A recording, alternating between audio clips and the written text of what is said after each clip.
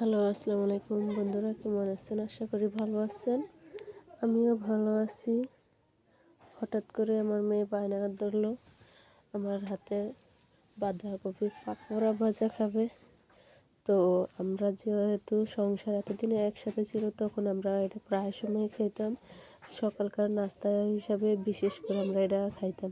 তো এখন যেহেতু সন্ধ্যা হয়ে আসছে, এখন মেয়েও অনেক বায়না ধরছে, ওর এটা খাবে এটা করে মনে হয়েছে।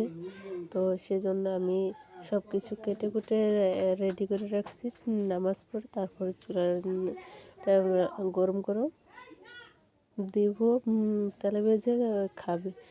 তো এখানে দিয়ে আবার যেহেতু আমি নিজে অসুস্থ, সেজন্য একটু আস্তে আস্তে কাজগুলো সব পূর্ণ করতে আসি, যাতে করে আমারও অসুবিধা না হয়, ও যাতে করে সময় মতন নাস্তাটা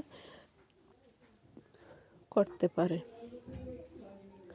তো এখানে আমি বাঁধাকপি, আলু, পেঁয়াজ, কাঁচামরিচ এগুলো দিয়ে আমি এখানে মিশিয়ে নিছি। তারপর আমি এখানে কিছুটা লবণ দেব।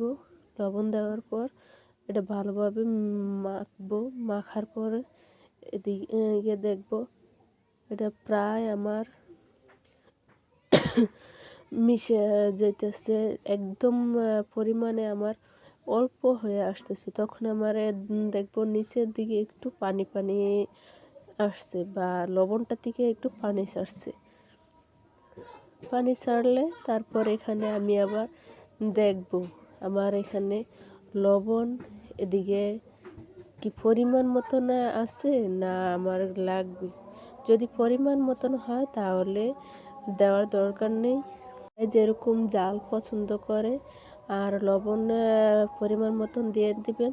আর যে যেরকম জাল খায় ঠিক ওইরকম পরিমাণ মতনই জাল দেওয়ার চেষ্টা করে।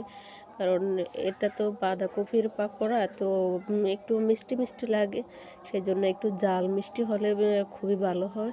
আর এখানে আমি আস্তে আস্তে করে ময়দা মিশিয়ে নিচ্ছি, যাতে করে এটা একেবারে দিলে এটা দলা দলা জায়গায় জায়গায় ময়দাটা যাতে করে দলা দলা না থাকে, সেজন্য আমি আস্তে আস্তে ময়দাটা মিশিয়ে নিচ্ছি।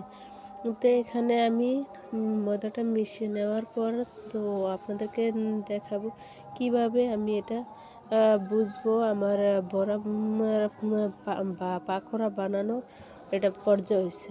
তো দেখেন এখন কত সুন্দর হয়েছে, ডুয়েটটা একদম মিশে গেছে। আর এই যে পাকোড়ার জন্য আমি যদি নেই তাহলে এটা সুন্দর করে থাকে, এটা এলোমেলো হয় না, খুব সুন্দর করে থাকে, তাহলে এটা বেস্ট সুন্দর হয়েছে। আর এটাই তেলে ভাজার মতন উপযুক্তি হয়েছে। তো এখানে আমি দিয়ে দিচ্ছি গরম তেলের মাঝে, তেলটা ভালোভাবে আগে গরম করে নিয়েছি। তারপর আমি এখানে দিচ্ছি তেলে দেওয়ার পর দেখেন ভাজা হয়ে গেছে, কত সুন্দর হয়েছে কালারটা, খাইতো খুবই মজা হয়েছে। কিন্তু একটাই সমস্যা, আমার পরিমাণ মতন লবণটা হয়নি, তার চেয়ে কিছুটা বেশি হয়ে গেছে। তো এখানে দেখেন আজকের মতো আমার এই পাকোড়া ভাজাটা সম্পূর্ণ করলাম। আপনাদের কাছে রেসিপিটা কেমন হয়েছে আর কেমন বানিয়ে দেখবেন, অবশ্যই বাসায় ট্রাই করে যদি ভালো লাগে অবশ্যই কমেন্ট করে বলবেন। আল্লাহ হাফেজ।